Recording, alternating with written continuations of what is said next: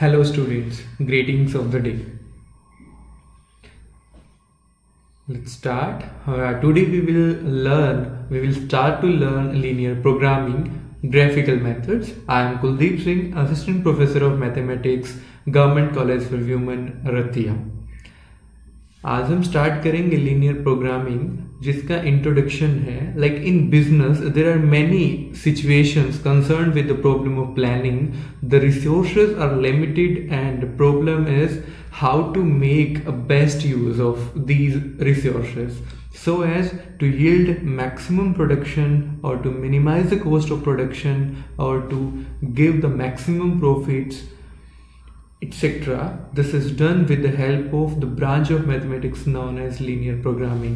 एक mathematics की branch है linear programming, उसका use करते हैं हम लोग resources को utilize करने में। यानी business में planning की जो भी problems हैं उनको सोल्व करने के लिए इसका यूज़ किया जाता है, क्योंकि हमारे पास रिसोर्सेज हैं वो लिमिटेड हैं और उनका बेस्ट यूज़ कैसे करना है वो हमें सिखाता है लीनियर प्रोग्रामिंग। तो उसके लिए क्या करना है, हमें जो भी मैक्सिमम प्रोडक्शन करना है, किसी भी चीज़ का प्रोडक्शन मैक्सिमाइज कैसे हो सकता है, उसकी कॉस्ट कटिंग कैसे हो सकती है, कॉस्ट मिनिमाइज कैसे हो सकती है, या प्रॉफिट किसी भी बिजनेस में ज़्यादा कैसे होगा, ये सारी चीज़ें देखने के लिए हम लीनियर प्रोग्रामिंग का यूज़ करते हैं। और लीनियर प्रोग्रामिंग में भी हमारे पास काफ़ी मेथड्स हैं। हम लोग स्टार्ट करेंगे ग्राफिकल मेथड से। इसमें क्या होगा, कुछ एक इक्वेशंस होंगी, कंस्ट्रेंट्स होंगी, उनका हम लोग ग्राफ ड्रॉ करेंगे और उससे फाइंड आउट करने की कोशिश करेंगे, सोल्यूशन निकालने की कोशिश करेंगे इन प्रॉब्लम्स का। ठीक, तो उसके लिए सबसे पहले जो बेसिक टर्म्स हैं हम लोग उनको सीखते हैं। Linear inequations in two variable. अभी तक हमने देखी थी लीनियर इक्वेशंस जैसे ax plus B Y is equal to c, इस तरीके की जो भी इक्वेशंस होती हैं जहाँ पे a b और c कोई रियल नंबर्स हैं, इनको लीनियर इक्वेशंस बोलते हैं in two variables are x and y। जो चेंज होता है, जो वेरी होता है, उसको वेरिएबल बोला जाता है। whereas the inequalities like ax plus by is less than equal to c, or say ax plus by is greater than equal to c, और ax plus by is strictly less than c। यहाँ पे equality भी है, यहाँ equality नहीं है। ax plus by is greater than c are linear inequations और linear constraints into variable x and y। तो अभी तक हमने जो देखी थी वो देख रहे थे हम linear equations like ax plus B Y is equal to c, इनको लीनियर इक्वेशंस बोलते थे। और अगर यहाँ इक्वालिटी की जगह है इनइक्वालिटी आ जाती है, लेस देन ग्रेटर देन कुछ भी आ जाए, तो वो लीनियर इनइक्वेशन बन जाती है। ठीक है,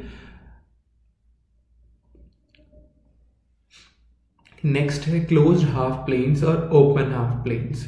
the equations ax plus B Y is equal to C is a straight line, ये हम लोग देख चुके हैं बचपन में, 9th 10th में आ जाता है। This is equation of straight line in xy plane and it divides the plane into two parts. Like अगर हम लोग देखें, जैसे ये मेरा xy प्लेन हो गया, ठीक है, कोई भी स्ट्रेट लाइन है, जैसे ये स्ट्रेट लाइन ड्रॉ कर दी, तो ये पूरा मेरा xy प्लेन था। इसको एक तो ये वाला हिस्सा हो गया, एक ये वाला हिस्सा हो गया, इन दो हिस्सों में इस लाइन ने डिवाइड कर दिया। कहने का मतलब यही है।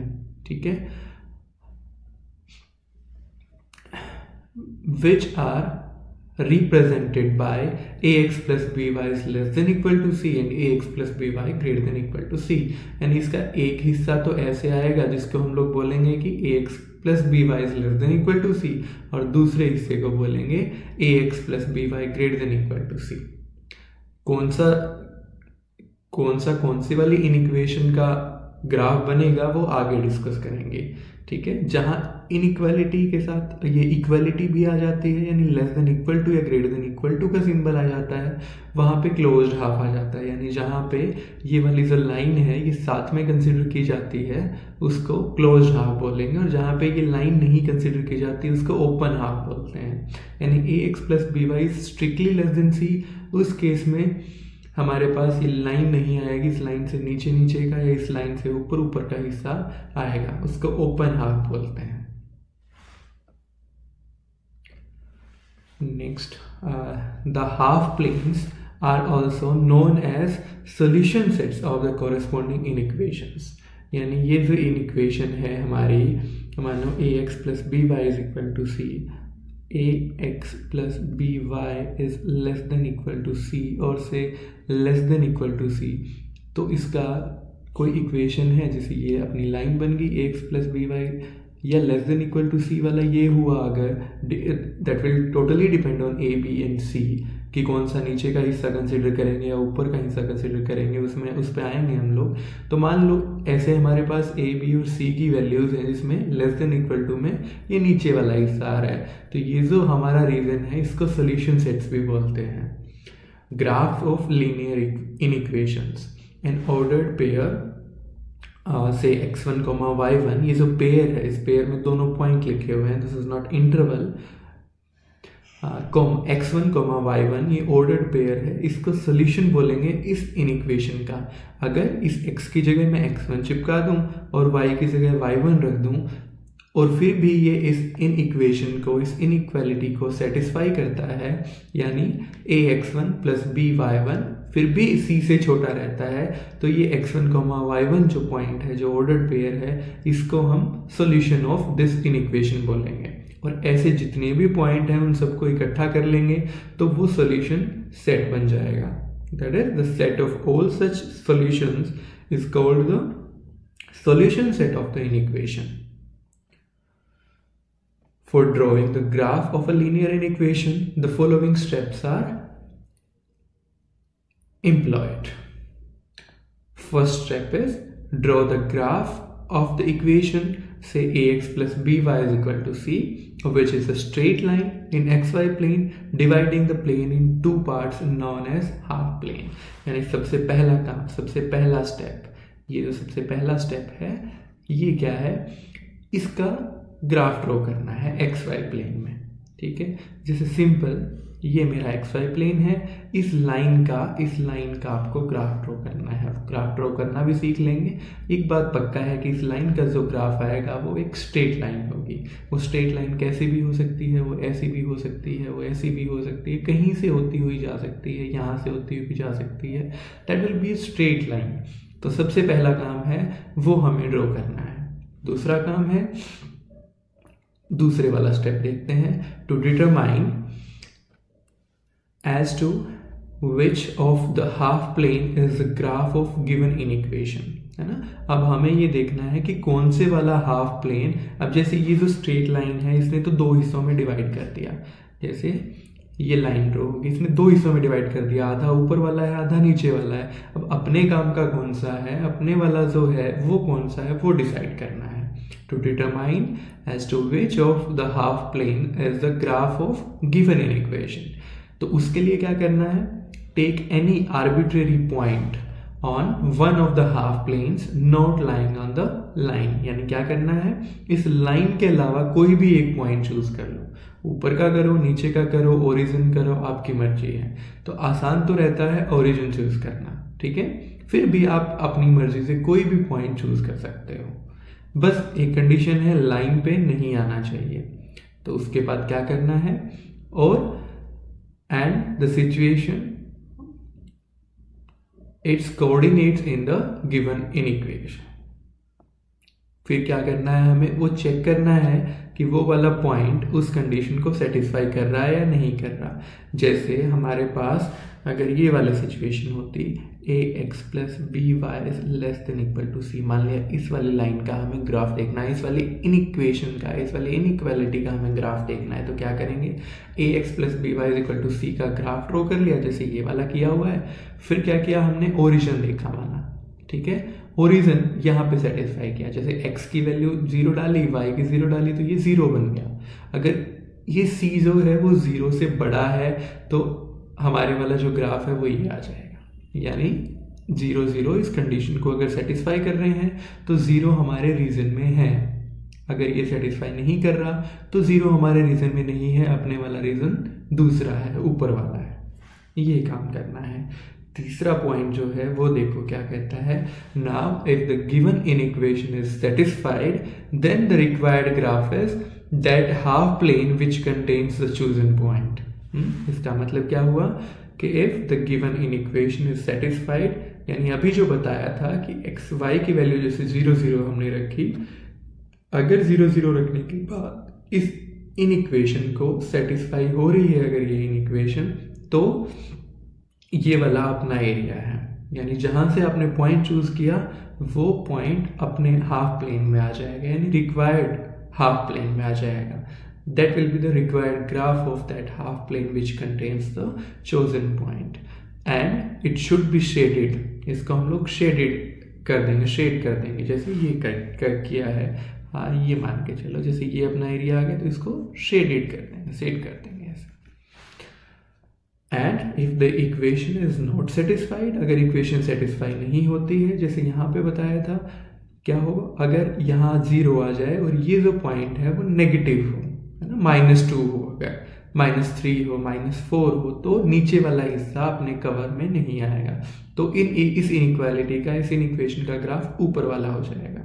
उस सिचुएशन में ग्राफ ऐसा बनेगा। अगर सेटिस्फाई नहीं कर रहा तो ग्राफ ये वाला बनेगा, ऊपर के हिस्से को शेड कर देंगे।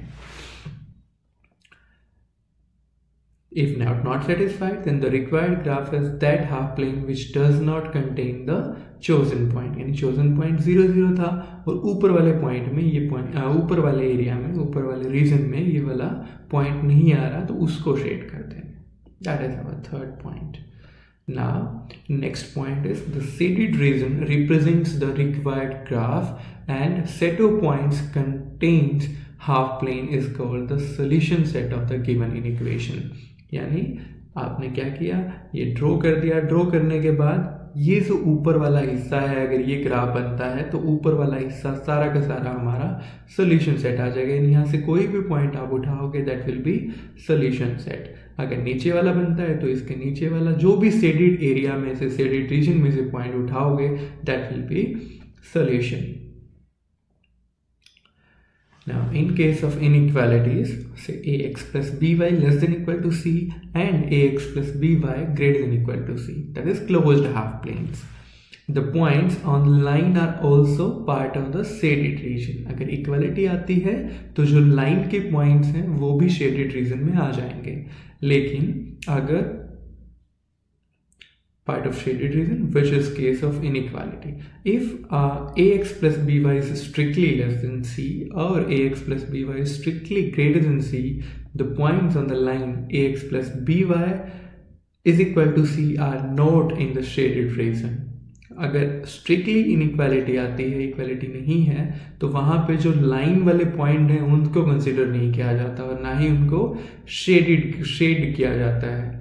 उसको जनरली डॉटेड लाइन से लिखा जाता है। यानी अगर आपके पास ऐसी सिचुएशन बनती है, जैसे ये वाला ग्राफ बना या नया बना लेते हैं यहाँ कहीं, जैसे ये सिचुएशन, ऐसी कोई सिचुएशन बनी आपके पास, ये वाली और नीचे वाला हिस्सा आना लेना है आपको, तो ये जो लाइन, ये वाली जो लाइन है इसको कंप्लीट नहीं करना है, इसको डॉटेड रखना है। यानी ऐसे वाला, ऐसे ऐसे ऐसे करना है। बाकी आगे एग्जांपल्स करेंगे तो और अच्छे से क्लियर हो जाएगा। देखो पहला एग्जांपल है, draw the graph of the following inequalities. तो पहला है, पहली इस इनइक्वालिटी का हमें ग्राफ ड्रॉ करना है। इनइक्वालिटी है, इनइक्वालिटी बनी हमारी 3x plus 2y is less than equal to c, यानी सिचुएशन है ax plus by is less than equal to c। c की वैल्यू 6 है, b की वैल्यू 2 है, a की वैल्यू 3 है। तो सबसे पहला काम क्या है, वो लाइन ड्रॉ करना, स्ट्रेट लाइन ड्रॉ करना। तो गिवन इन इक्वेशन जो दी हुई है वो तो हमारे पास ये है। अब इसका क्या करना है, इसका हमें इसके कोरेस्पॉन्डिंग एक linear equation that is 3x plus 2y is equal to 6, इसको ड्रॉ करना है। इसको ड्रॉ करने की कोशिश करते हैं। इसको ड्रॉ करने के लिए मैंने क्या किया कि कुछ पॉइंट्स कंसिडर किए, यानी स्ट्रेट लाइन बनेगी ये तो पक्का है। स्ट्रेट लाइन बनाने के लिए हमें 2 पॉइंट चाहिए होते हैं, उन 2 पॉइंट्स को मिला दो स्ट्रेट लाइन बन जाती है। तो वो 2 पॉइंट ढूंढने के लिए मुझे 2 पॉइंट कैसे ढूंढा जाएगा, तो उसके लिए एक बार हम y को 0 रखेंगे, एक बार हम x को 0 रखेंगे। जब हम y को 0 रखते हैं तो x की वैल्यू आ जाएगी और x को 0 रखते हैं तो y की वैल्यू आ जाएगी। यानी हमने y को 0 रखा। जो हमारी इक्वेशन थी वो मैं एक बार लिख देता हूँ, कैलकुलेशन दोबारा आपके सामने कर देता हूँ, ज़्यादा क्लियर हो जाएगा। इक्वेशन थी 3x + 2y = 6। इक्वेशन है 3x + 2y = 6। अब मैंने क्या किया, y की वैल्यू 0 रखी। y की वैल्यू 0 रखते ही y की वैल्यू 0 रखूंगा तो मेरे पास बनेगा 3x = 6 और यहाँ से x की वैल्यू आ जाएगी 2। तो ये x की वैल्यू 2 यहाँ रखी हुई है, ठीक है। यानी if y = 0 then x = 2। if I substitute x = 0 से if x = 0 then 3x if x = 0 then 2y = 6, right. x वाला पार्ट तो 0 हो जाएगा, तो y की वैल्यू वहां पे आएगी 3। y की वैल्यू आ गई 3। तो इस तरीके से हम लोग टेबल बनाएंगे, यानी x की वैल्यू 2 रखी तो y की वैल्यू 0 आई, x की वैल्यू 0 रखी तो y की वैल्यू 3 आई। तो अब ये 2 पॉइंट हमें मिल गए। कौन सा पॉइंट, x2 है y 0 है, तो वो वाला पॉइंट हमने यहाँ पे बना लिया। ये वाला पॉइंट x की वैल्यू 2 है, y की वैल्यू 0 है, तो ये पॉइंट बना मेरा।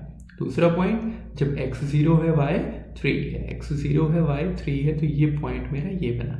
अब इन दोनों पॉइंट्स को मिला देंगे तो वो इक्वेशन बन जाएगी, वो लाइन बन जाएगी, वो ग्राफ बन जाएगा इस इक्वेशन का, 3x + 2y = 6 का, ठीक है। सबसे पहला काम तो हमारा क्या था, पहला स्टेप क्या कहता था, यही चीज कह रहा था कि ax + by = c का ग्राफ ड्रॉ करना है। ग्राफ ड्रॉ करने का तरीका क्या है कि कोई भी 2 पॉइंट जो इस लाइन पे आते हों, वो 2 पॉइंट आपको ढूंढने हैं, उन दोनों पॉइंट को प्लॉट करना है, उनको मिलाते हुए एक लंबी लाइन खींच देनी है, ठीक है। वो ग्राफ बन जाएगा ax + by = c का।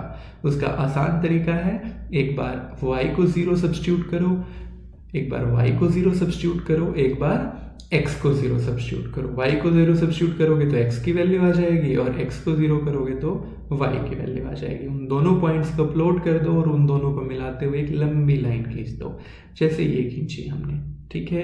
अब अगला काम क्या है, अगला काम हमें ये चेक करना है कि हमारा जो रीजन है वो कौन सा है, इस लाइन के नीचे वाला है या इस लाइन के ऊपर वाला है। तो हमारी जो इन इक्वेशन थी वो थी 3x + 2y ≤ 6, ठीक है। तो अब हमें क्या करना है, कोई भी पॉइंट चूज कर लेना है। आसान रहता है कि हम ओरिजिन चूज करें क्योंकि उसमें कैलकुलेशन कम रहती है। तो हमारी इक्वेशन थी 3x + 2y ≤ 6।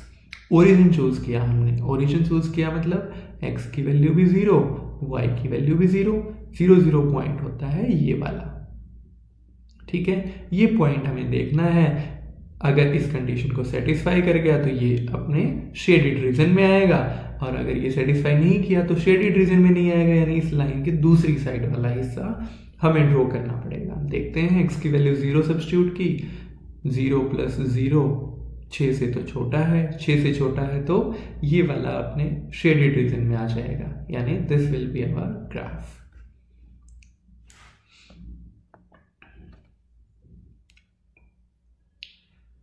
अभी नेक्स्ट वाले का ट्राई करते हैं। नेक्स्ट वाले इन इक्वेशन थी हमारे पास 2x - y > 1।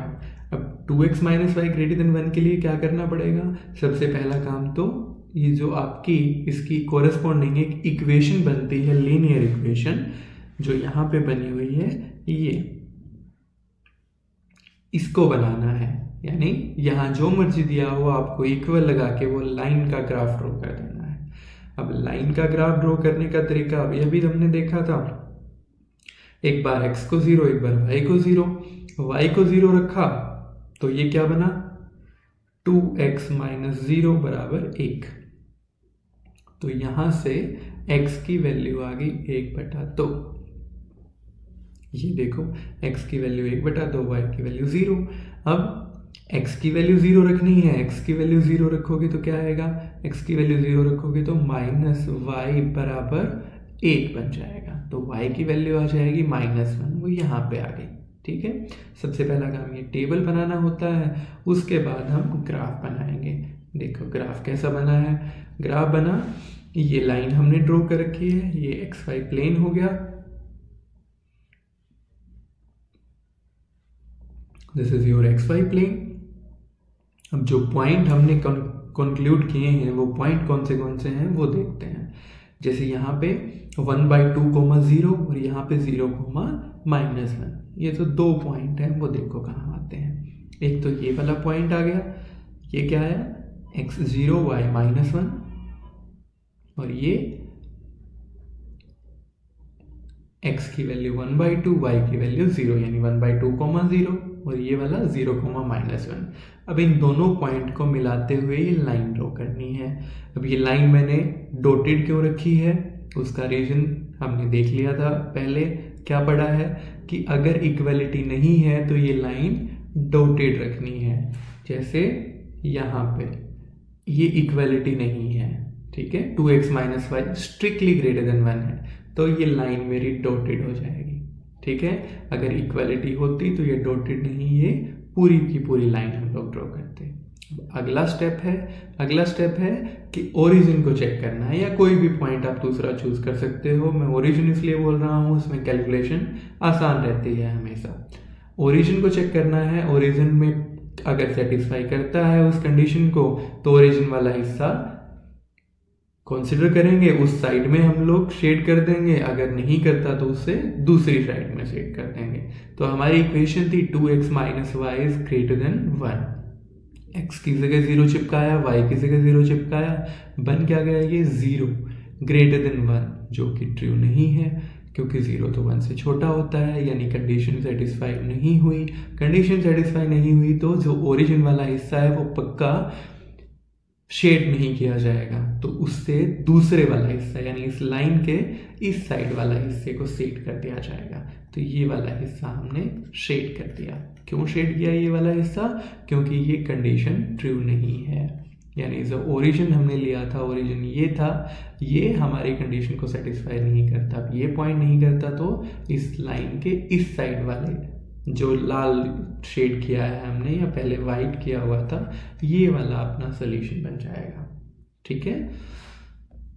Thus the open half plane not containing the origin is the graph of given in equation। जो हिस्सा origin को कंटेन नहीं करता उसको हम लोग कवर करेंगे। नेक्स्ट देखते हैं, note that the points lying on the line do not constitute a part of the graph of the given equation, है ना। ये नोट करने वाली चीज थी, ये डॉटेड इसीलिए रखा है क्योंकि ये इक्वालिटी हमें दी नहीं हुई, हमें क्वेश्चन में इनइक्वालिटी दी हुई है स्ट्रिक्टली, इसलिए हमने इसको डॉटेड रखा, यानी इस लाइन पे जो हिस्सा है वो हमारे सॉल्यूशन का, हमारे ग्राफ का पार्ट नहीं है। नेक्स्ट पॉइंट है system of linear equations, linear inequations या लीनियर कंस्ट्रेंट्स भी बोल देते हैं हम लोग इसको, and the graph of its solution set. तो अब हमारा काम क्या रहेगा ये देखना, सबसे पहले तो सिस्टम ऑफ लीनियर इक्वेशंस होती क्या है या लीनियर कंस्ट्रेंट्स का सिस्टम क्या होता है, और दूसरा उनका ग्राफ, उसके जो सॉल्यूशन सेट है उसका ग्राफ ड्रॉ करना।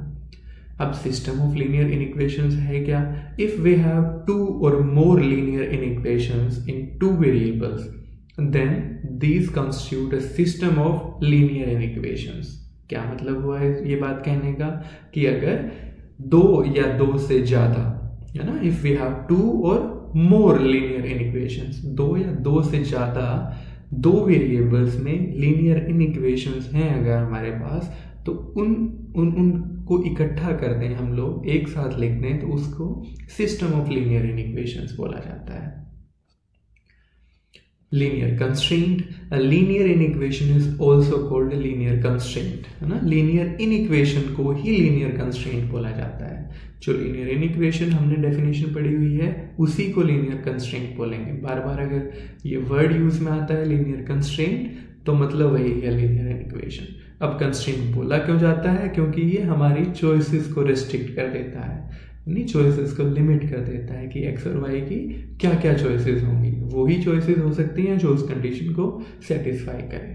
अब नोट देखो क्या लिखा है, the solution set of simultaneous linear inequations may be an empty set और it may be the region bounded by the straight lines corresponding to linear inequations, or it may be unbounded region with straight line boundaries.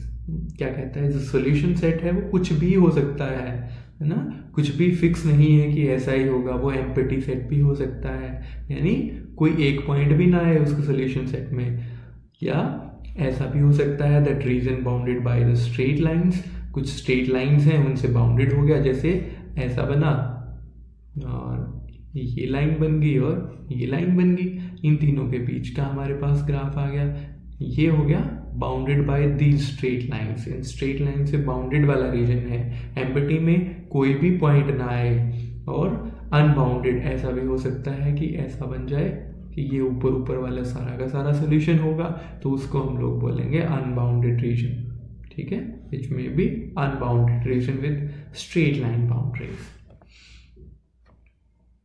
Next example देखते हैं। Example क्या कहता है, exhibit graphically the solution set of linear equations 3x + 4y > 12, y > 1, x > 0।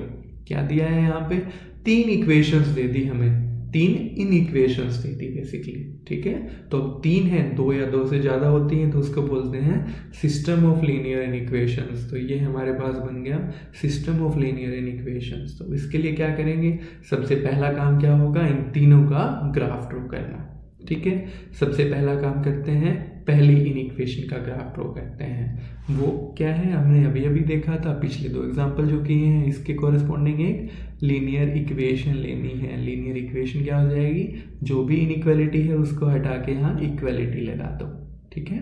अब इसका graph draw करने के लिए क्या करोगे, x की वैल्यू पहले 0 रखोगे, y की वैल्यू कैलकुलेट करोगे, x की वैल्यू 0 आएगी तो y की वैल्यू क्या आएगी, 4y बराबर हो जाएगा 12 के, y की वैल्यू आ जाएगी 3, यानी x की 0 रखी तो y की आ गई 3।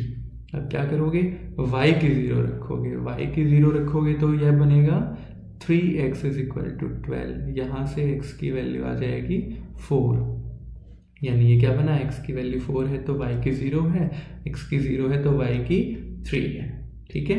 तो इस वाली लाइन की, इस टेबल की हेल्प से हम लोग एक लाइन ड्रॉ कर देंगे, ठीक है। तो कैसे करेंगे, जैसे ये बना, x की 4 है, y की वैल्यू 0 है, यानी एक तो यहाँ पे पॉइंट आएगा कहीं 4,0 टाइप का, और ये वाला पॉइंट क्या है, x 0 और y 3, यानी यहाँ पे 0,3 टाइप का पॉइंट बन जाएगा। इन दोनों को मिला देंगे तो ये वाली जो लाइन का ग्राफ है ये है 3x + 4y = 12। दूसरे वाली जो लाइन है हमारी, इसके कोरेस्पॉन्डिंग बनेगी, ये है y > 1, तो इसके कोरेस्पॉन्डिंग इक्वेशन बनी मेरी y = 1। y = 1 कहाँ बनेगा, यहाँ कहीं बनेगा, ये y = 1 है तो इसको y = 1 ड्रॉ कर देंगे ऐसे स्ट्रेट लाइन, ठीक है। दूसरा बना x > 0, इसके कोरेस्पॉन्डिंग बना x = 0। x = 0 क्या होता है, वो y एक्सिस ही होता है, ठीक है। इसका क्लियर ग्राफ देखते हैं आगे कैसे बना। तो ये क्या बना मेरी x = 0 लाइन, ये वाली जो बनी ये मेरी बनी y = 1 लाइन, और ये जो लाइन बनी ये है मेरी 3x + 4y = 12। अब ये तीनों लाइन तो हमने ड्रॉ कर ली, अब क्या करना है, हमारा जो रीजन हमें चाहिए सेट करना है वो कौन सा बनेगा वो देख लेते हैं। यहाँ से सबसे पहला ये, ठीक है, इसमें x और y को 0 सब्स्टिट्यूट करते हैं, यानी ओरिजिन चेक करते हैं सेटिस्फाई करता है या नहीं करता। तो ओरिजिन के लिए क्या करोगे, 3 × 0 + 4 × 0, क्या ये 12 से बड़ा आता है, यानी 0 क्या 12 से बड़ा है, नहीं है तो ओरिजिन नहीं आएगा। अब यहाँ ओरिजिन कहाँ है देख लेते हैं, ये लाइन है, ओरिजिन यहाँ है, ये रहा आपका ओरिजिन, तो ओरिजिन वाला हिस्सा यहाँ पे नहीं आएगा, तो ओरिजिन से दूसरी साइड का जो हिस्सा है वो हम लोग कंसिडर करेंगे। वो कर लिया, वो शेड कर लिया हमने। अब क्या करोगे, अब नेक्स्ट वाली इनइक्वेशन देखते हैं। नेक्स्ट इनइक्वेशन क्या थी, y > 1। अब इसमें ओरिजिन आ रहा है या नहीं आ रहा वो देखते हैं। y की वैल्यू 0 रखोगे, 0 > 1 नहीं सेटिस्फाई करता, यानी इसमें भी ओरिजिन हमारे पास नहीं आएगा। ओरिजिन नहीं आएगा तो ये 2 हिस्सों में डिवाइड कर रही थी ये वाली लाइन, y = 1 ये वाली लाइन है, ये 2 हिस्सों में कर रही है, ऊपर या नीचे। अब अपना कौन सा है वो डिसाइड करना है। ओरिजिन इसमें आ नहीं रहा, ओरिजिन नहीं आ रहा तो इससे ऊपर वाला हिस्सा कवर होगा। ठीक है। अब तीसरा देखो, तीसरा क्या कहता है, x इज इक्वल टू 0 या x greater than equal to 0 बोलता है। देखो क्या कहता है, x greater than equal to 0। अब ओरिजिन इसमें भी नहीं आता है ना, x, 0,0 यहाँ नहीं आएगा, तो x greater than equal to 0, x greater than 0 equal to 0 ये वाला हो गया, ये x 0 है, ये x जब बड़ा कब होगा, इस वाली साइड होगा। ठीक है, ये हमने ड्रॉ कर दिया। अब मेन चीज क्या देखनी है, जो कॉमन है, जो कॉमन आ रहा है, जो तीनों को सेटिस्फाई कर रहा है, ऐसे वाले पॉइंट ढूंढने हैं। तो यहाँ से लेके ये वाला जो एरिया होगा, ये वाला और ये वाला, यहाँ वाले कॉमन आ जाएंगे, तो वो आ गया मेरा ये। ठीक है, यहाँ से इधर x greater than equal to 0, यहाँ से y greater than equal to 1, और ये वाली जो लाइन कर रही है, ये कर रही है 3x plus 4y is greater than equal to 12। ठीक है, तो तीनों का मिला के जो सोल्यूशन बना वो ये बना। तो अब यहाँ से आप कोई भी पॉइंट उठाओगे वो पक्का इन तीनों कंडीशन को सेटिस्फाई करेगा। This is our solution set. The solution